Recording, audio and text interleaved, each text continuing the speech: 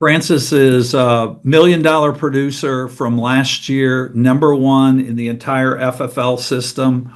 Works right there next door to me.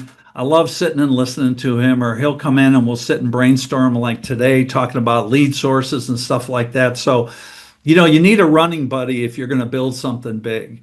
I consider Francis kind of my running buddy in this business.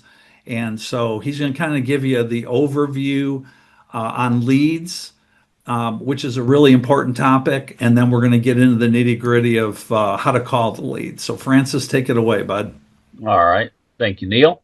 So really what Neal and I were talking about, he asked, hey, could you say a few words before Felipe and Preston, share what they're going to share with everybody. And I'm like, yeah, sure, no problem. Because we were talking about, the change in our business. So we started in final expense, then we moved into mortgage protection.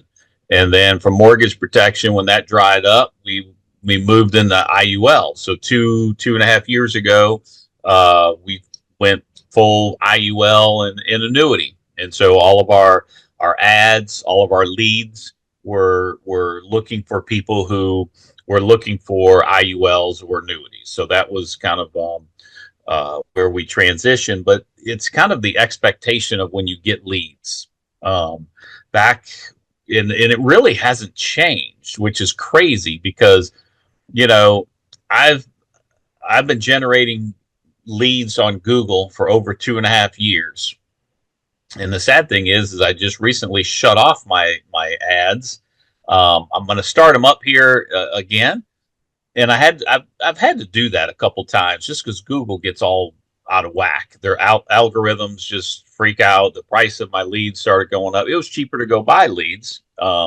So I'm buying leads out of the CRM, the real-time IUL leads in the CRM, and they're coming in. People are interested in what I am providing, IULs, helping people with IULs. That's what they're looking for. But in the final expense world, it used to be, the lead cost $15. Your average sale was maybe $1,000 if you were good. Some people were maybe $800 and some were $1,100. But for the most part, we would use $1,000 as a good rule of thumb of the average annual premium. Somebody paying $83 a month for a final expense product. And if you bought 100 leads at $15 a lead, you spent $1,500. Well, if you just sold 4 of those leads, was kind of how it was always, hey, if we just said sell 4, then you just wrote $4,000. You made $4,000 on a $1,500 spend. Now that's less than 4x because I'm always shooting for 4x or better. But in all actuality, through all the years of my Google ads and the amount of leads that came in through my Google ads, I pretty much always ran somewhere between 4 to 6%. So for 100 people that showed up in my CRM because they clicked on my ad and went through my landing page and filled out my survey and popped into my CRM, I sold around 4 to 6 of them. Now, my average lead cost lifetime was $19 a lead, okay? Because in the early days in Google, they were really cheap. They've been getting more and more expensive. But let's just use $30 as an average lead cost. So if I buy 100 leads, now I'm spending $3,000. Well, the average IUL target premium is right at $3,000. Okay. So you really only have to sell 1 to cover that ad cost. Then the rest is profit. And so it's really kind of the expectations. When you get 100 leads, you would think you could sell pretty close to 100 of them. It sure would be nice.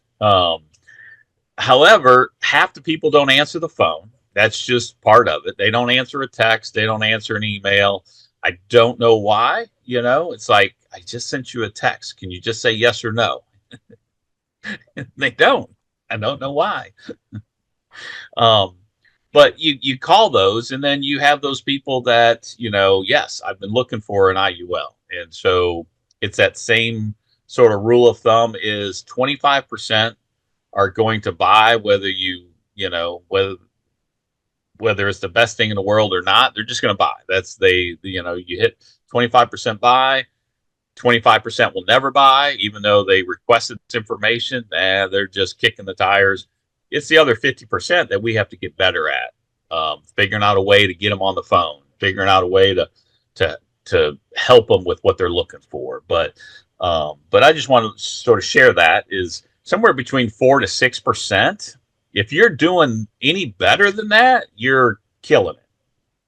And that's all it really takes for us to do well, is to sell 4 to 6% of the leads that come in.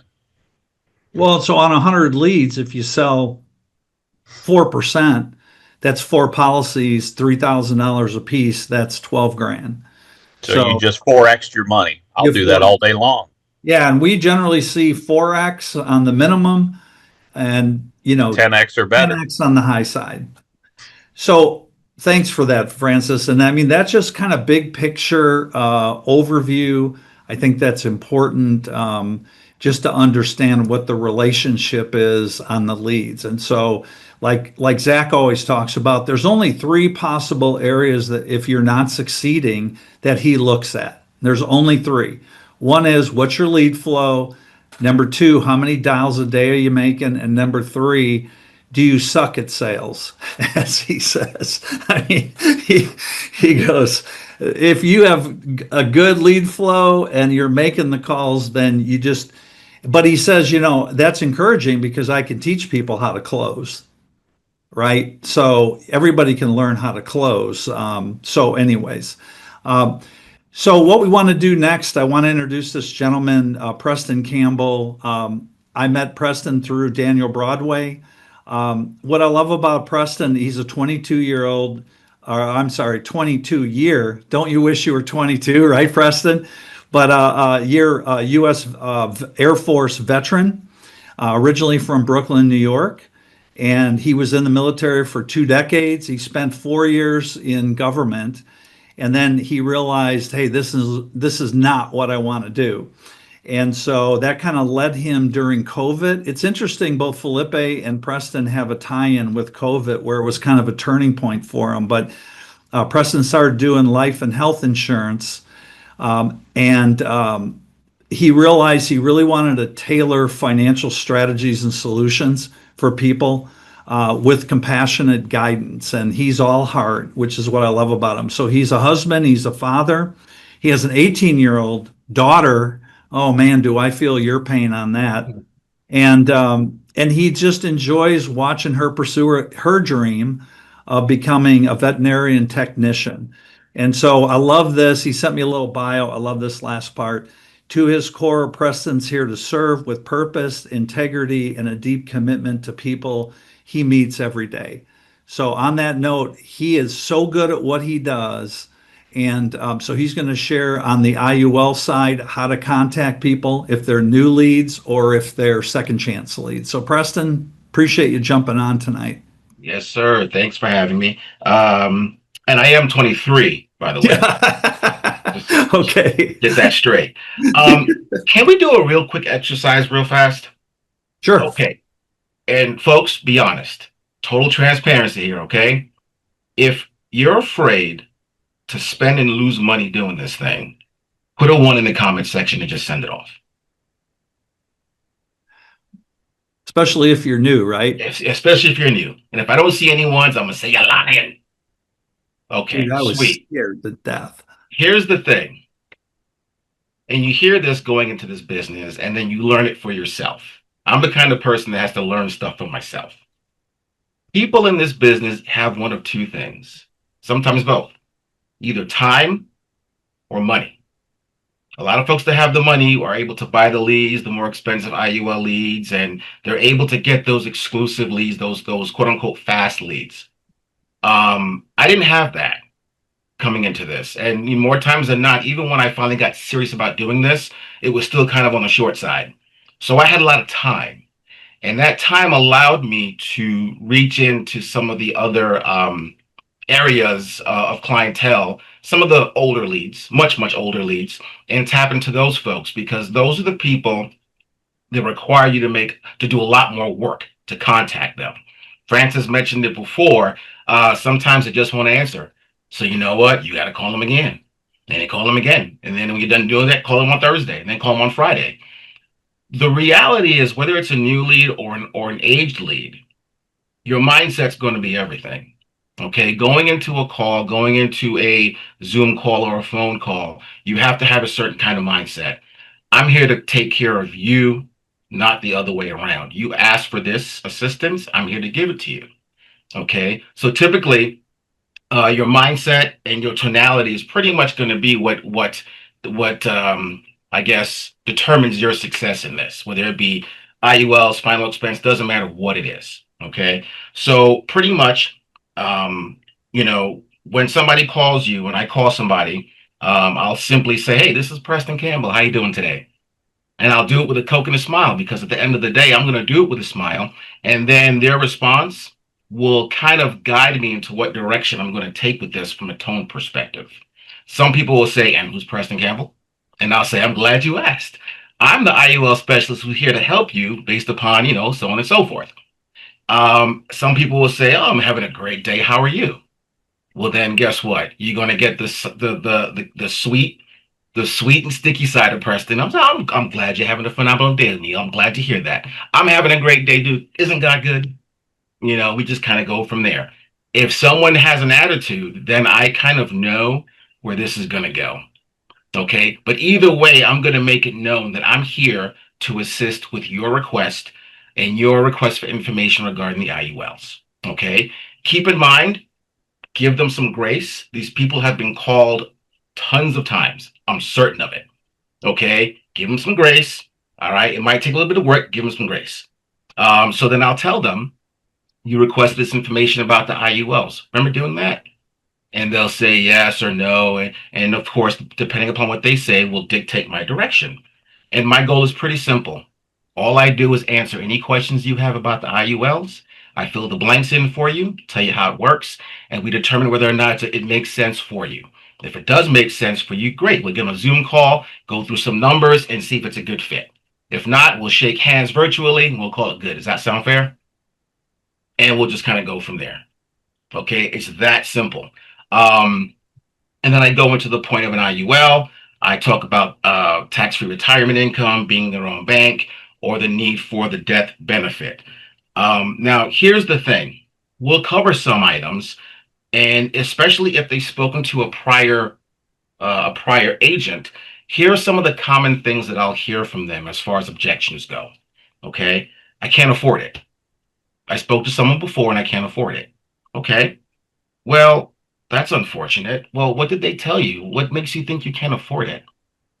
And then they'll let me know exactly what their price point is. If it's a price point issue, then I have enough wherewithal to know what kind of a IUL I'm probably going to put them with, either it be NLG or possibly even America. All right. But on the flip side, I'll also be realistic with them. If they're 60 years old and they're telling me that they want this policy but can only afford $50 to $75 a month, I'm going to tell them this is probably not a good fit for you. Okay. And lead them down the more final expense route for the sake of just simply having something that acts as life insurance. Okay. I'll tell them that it does have a cash value, nowhere near as robust as the IUL, but it's still something as opposed to nothing. All right, that's the big one. The second one, I was told that I can't qualify because of medical issues. Okay, that's unfortunate.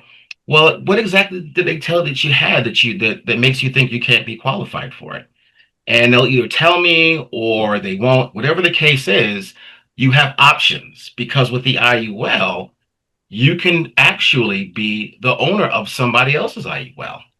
Okay, like for kiddos cannot be the owner of their own IUL. They have to have an adult, mostly a parent, be the owner of the IUL. You can do the same thing as an adult, but you didn't know that, did you?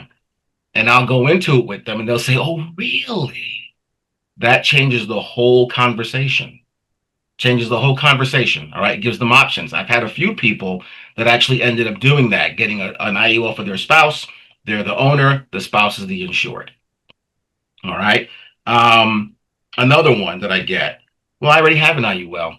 That is outstanding. I'm so glad that you took the initiative to get this type of product for yourself. That's great. I'm glad to hear that. So I tell you what. So to close the file out, so I'll never bother you again. Do you know which company you went with that? And they'll either tell me I don't remember. You know why? Because they were lying in the first place. They were lying. They didn't get an IUL. They want you off the phone. And if you want to lie to me about that, well, I don't want to talk to you either. Anyway, so it works out just fine. Because chances are, at some point in time, this phone call is going to end regardless. All right. So that's a typical one. And here's the most famous one. I'm not interested. All right, Neal, I'm sorry to hear that. Clearly, at some point in time, you were interested. What changed your mind? And I'll be honest with you, I hear some stories. I hear stories about stuff seen on social media. You know, so at the end of the day, I'm going to get something out of you unless you just hang up the phone on me. You know, I'm getting something. I'm gonna squeeze that orange and try and get as much juice as I possibly can. So keep in mind, you know, going into this thing, it doesn't matter if it's a new one, if it's a brand spanking new, fresh IUL, or if it's an aged IUL. The mindset has to be the same. Okay, understand, give them grace. They've been tackled on this 1,000 times already, but at the same time, you're there to help them, not the other way around. If you go into a conversation, you go into a phone call, and you're like, "Hi, I'm just here to talk to you because you want to see my product." That's not going to work, okay? Because they're going to see that they're like sharks; they smell blood. Okay, go in there with a certain kind of tonality, go in there with a certain kind of attitude.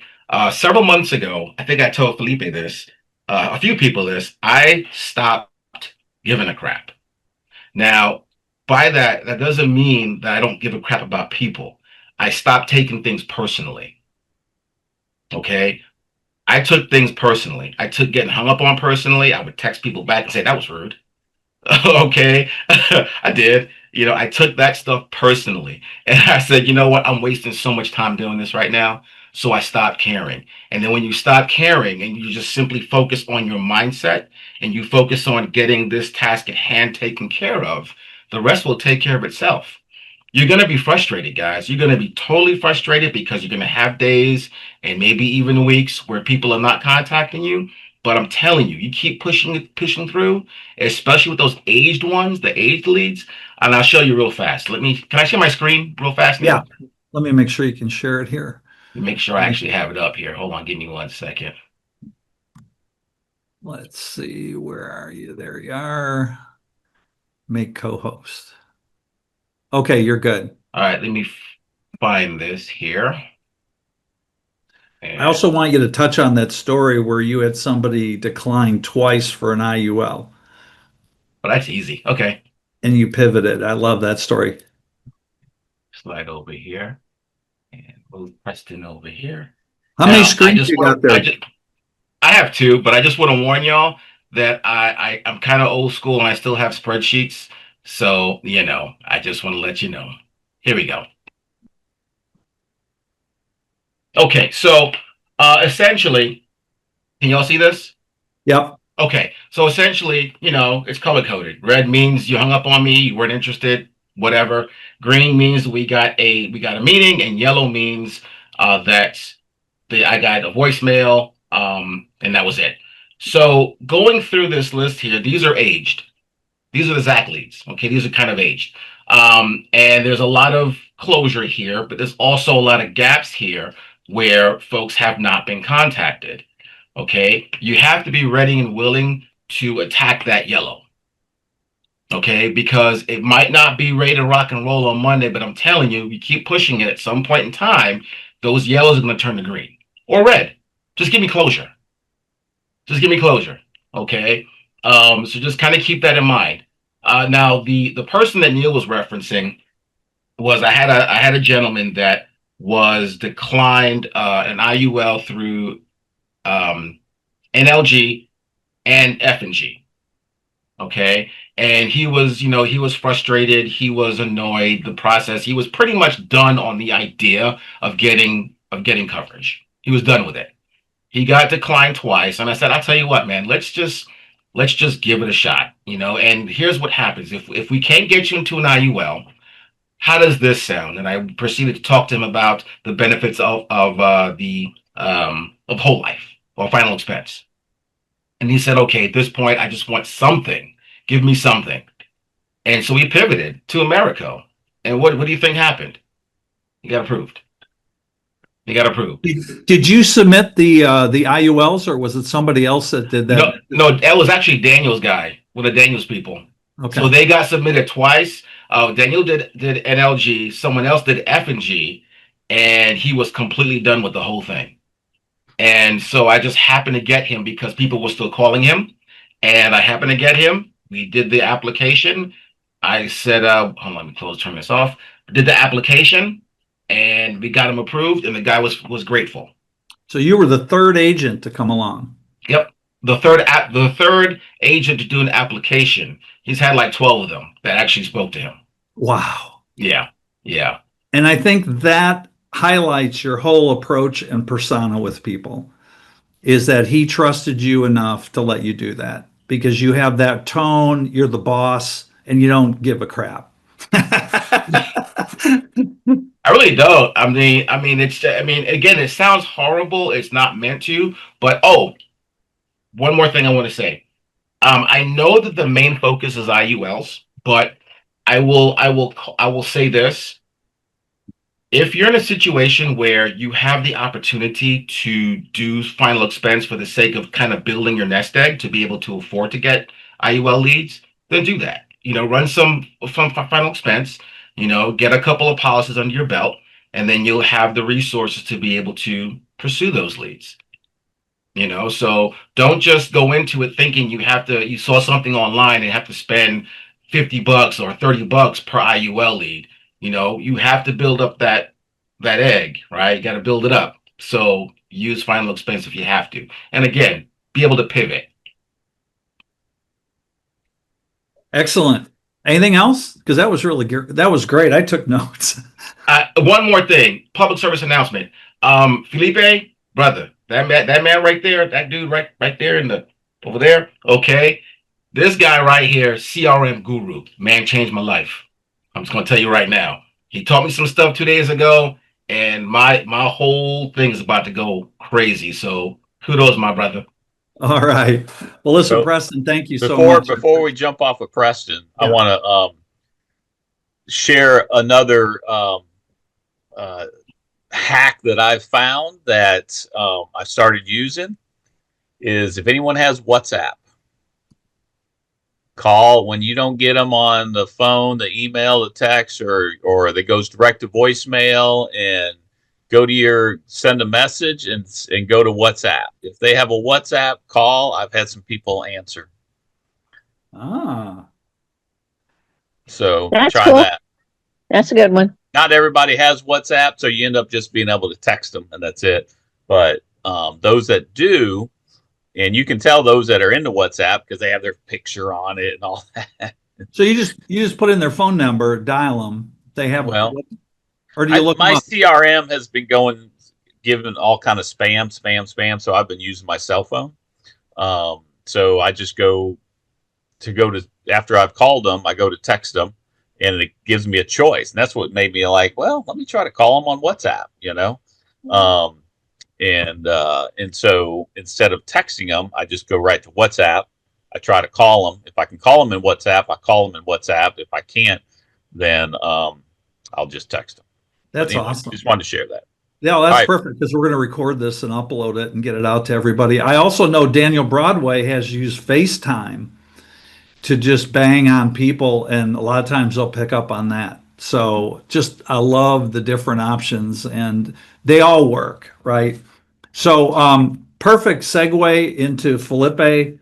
I asked Felipe, I said, hey, send me your bio. And he said, I've got a website.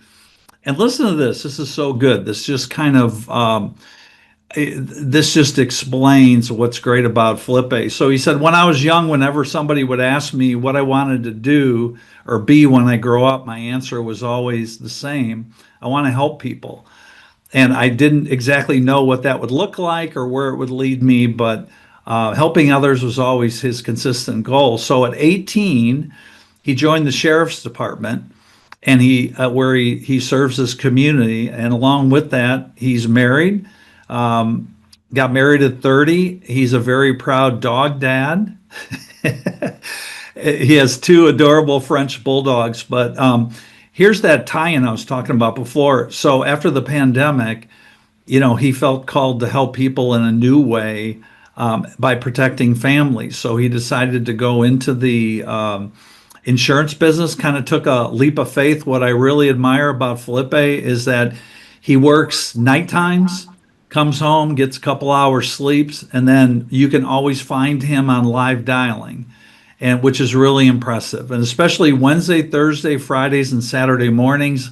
Whenever Danny's in here, Danny Sellis, Edgar, I can hear him and Felipe, and they're cutting up on it, but it's a great place to learn. So Felipe, I appreciate you jumping in, and he's got some great techniques and where he learned them for calling people on final expense and term insurance. Definitely. Thank you, Neal, for having me again. I appreciate that introduction. I feel like I'm walking on a stage or something right now. Look at that office, bro. I mean, nice. Appreciate it. Yeah, so I mean, I'm fairly new at this as well, but I've been picking up fairly quick, and I started off with IULs, but I also like final expense as well. And to piggyback a little bit on what Preston was saying, is it definitely comes down to all mindset. I'll tell you, I don't know how many times I wake up sometimes in the morning and I'm like, I can't believe I'm going to dial right now. But you have to have that mindset. The great thing about this team is we have a dial room. And like Neal was saying, if you have a running buddy that you can, dial with, that's always great. Preston and Danny are always on there. I know other people started joining recently, but it definitely changes the game when you can dial together, because if not, it can get a little boring and a little miserable just dialing by yourself and no one picking up.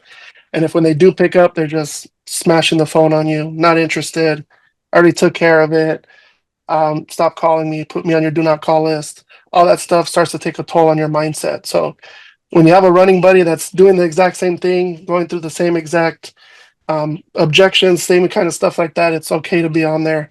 And we feed off each other. It's a great thing to be able to be on. It's only usually 3 or 4 of us on there. If you want to join the dial room, that thing it's great, because I'm still constantly learning. Danny the other day heard me from start to finish on a call. He gave me good feedback. Me and Preston are always talking about different products to pivot to, or we should have put the client in this, or we should do this or do that.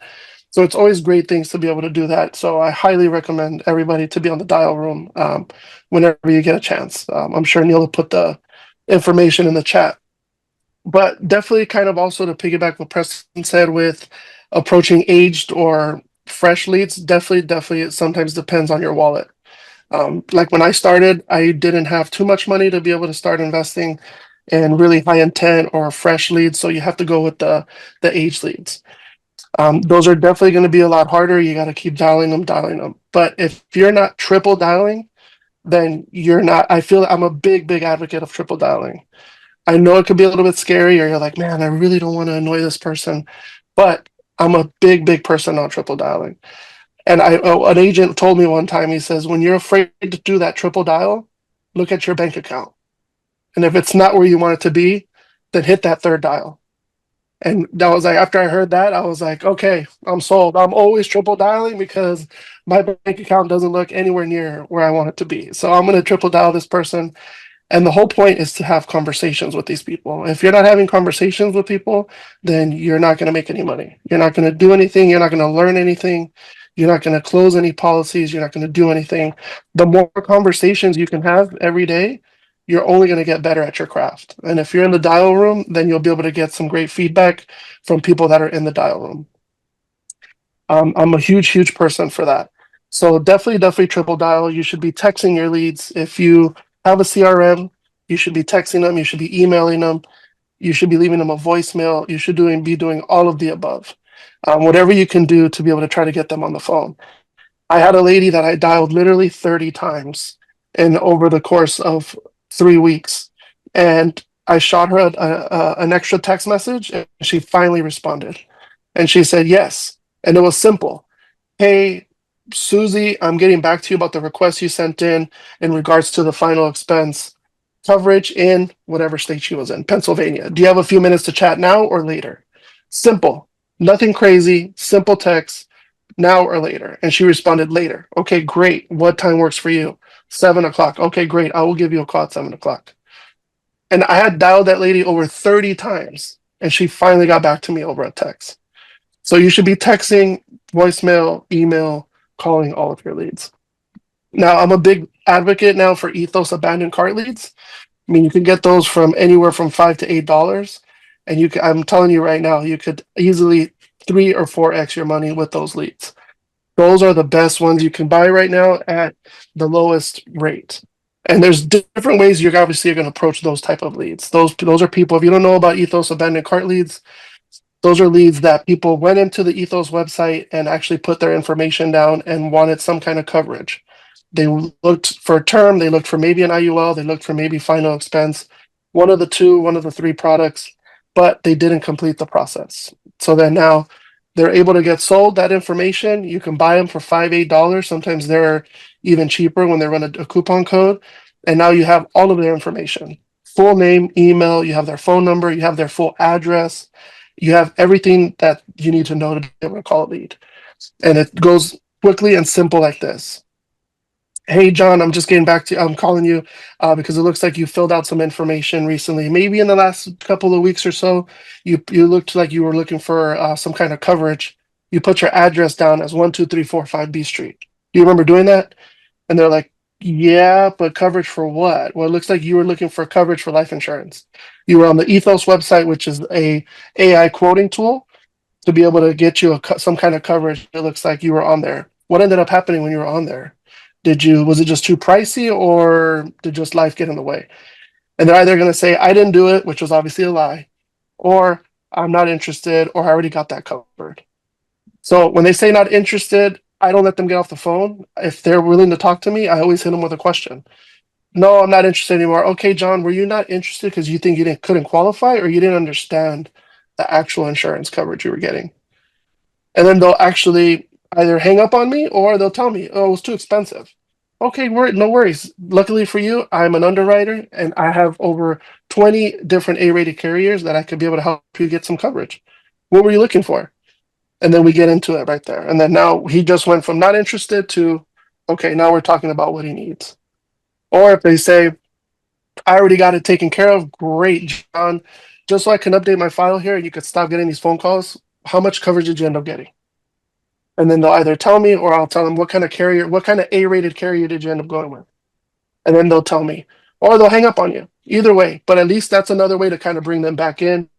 If they found out that they had, I don't know, 400,000 or 500,000 in coverage and they're in their 60s. So it's like, okay, so you got a term policy. So you were looking for temporary insurance, not permanent. And they're like, wait, what do you mean? Well, that insurance that you got, that's temporary. It's going to expire. It's a term policy. Do you have anything in place to be able to help you once that policy expires to be able to cover your expenses? Well, no, I didn't know I needed that. So then we start talking about it, and then now I'm able to probably maybe pitch them a final expense policy to be able to get them coverage now on top of their term, because we all know only about 2-3% of actual term policies actually pay out.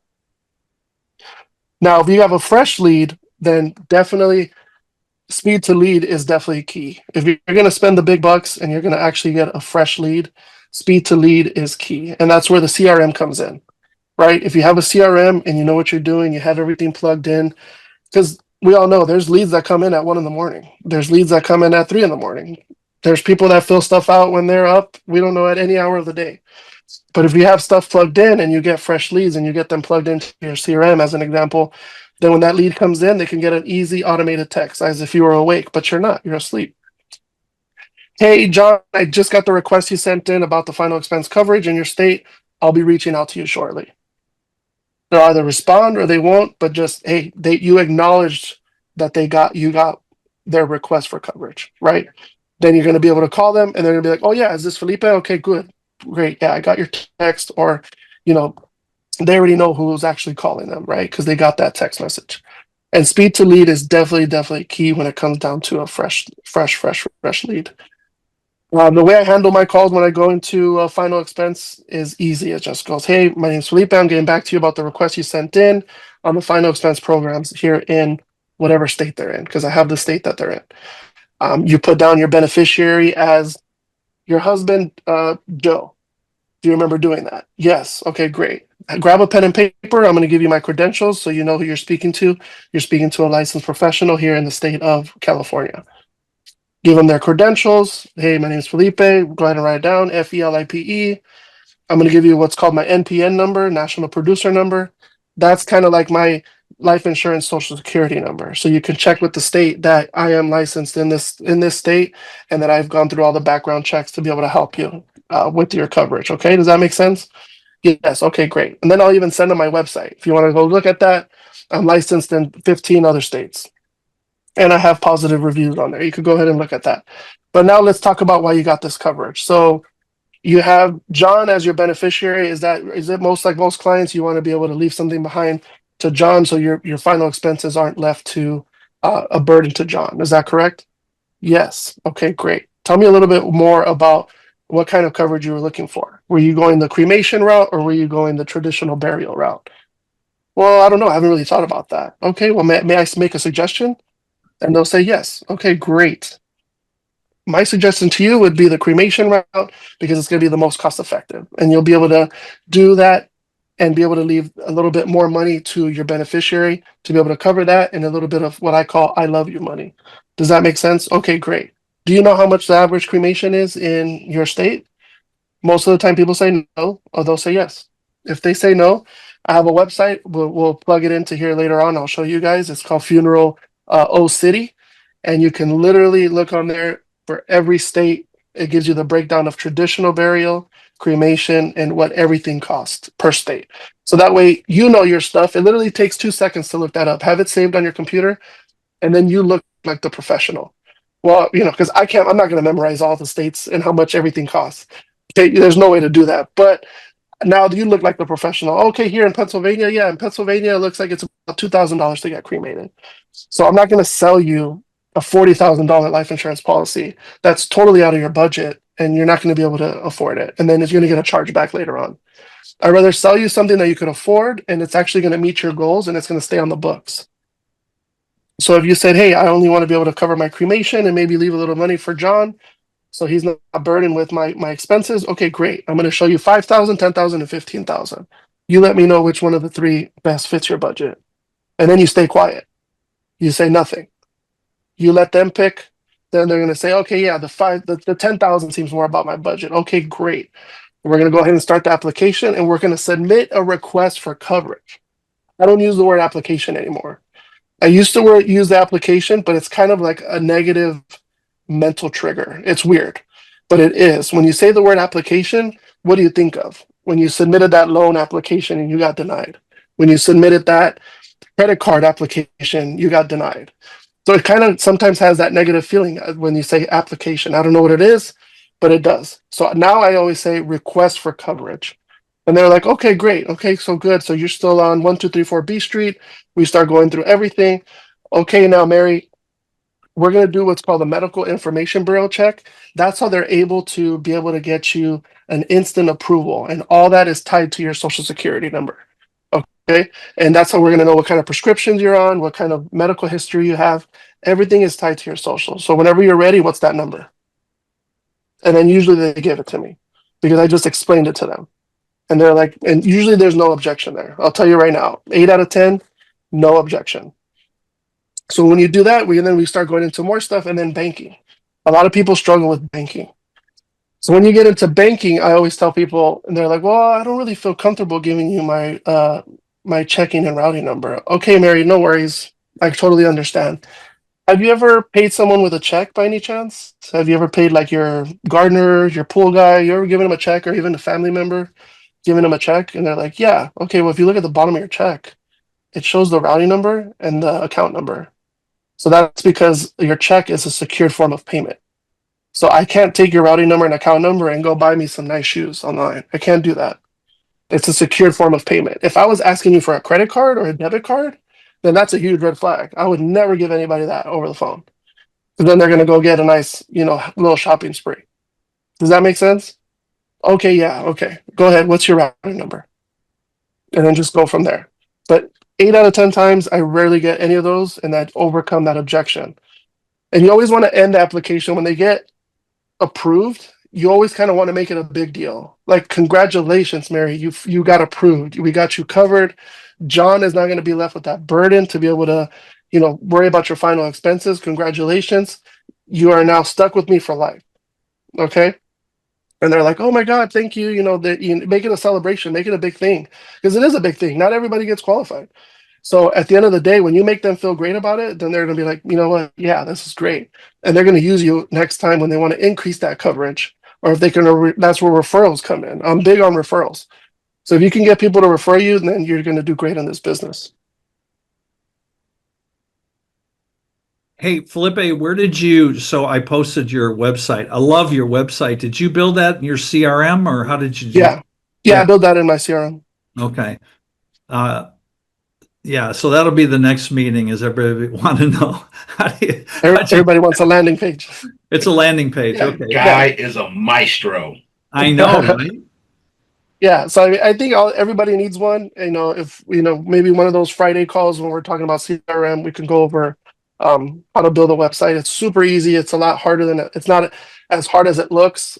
I mean, it's pretty simple. It's not that hard. Maybe what we do is we use that Friday slot and we just keep that to cover specialty topics. Yeah, exactly. Okay, that's good. I like that. So so thank you for that. We were talking this afternoon a little bit about the two pivot points where you go from general conversation to talking about the life insurance, right? And really digging into that. And you told me that it's really that all stems that bridge to go from one to the application. It all comes from asking them good questions and getting them talking, right? Whoever asks the most questions during the conversation is going to win. If you ask the most conversations, you're going to win. You're going to win that battle in the conversation. You're going to close them. You're going to get them. If you keep them talking, every sentence you always end it with a question, because you don't want that awkward silence. If you just say, "Oh yeah, you remember submitting that policy? You put your address down as 12345 B Street. Do you remember doing that?" I wouldn't say, "Oh, you put down John as a beneficiary," and then just not say anything. You're gonna get that awkward silence. Always end it with a question. Always, always, always. If you do that, you're gonna end up on top. And the other thing I'm going to do, I'm going to post the Slack link because one of the greatest things to do is you can follow people in Slack. You can see the policies they're posting and you can see what lead source they're using. So when you get to the point, maybe you're new and you're wanting to monitor that, Taylor out in Las Vegas does a different, I see him doing the call to close, live dials, live transfers. Felipe's doing a lot of Etho and Zach leads. Preston will do, Preston probably puts through more referrals than I've ever seen before, which tells me, okay, he's very relational, but it's just fun to see him come in. I think it'll help everybody if you're on that.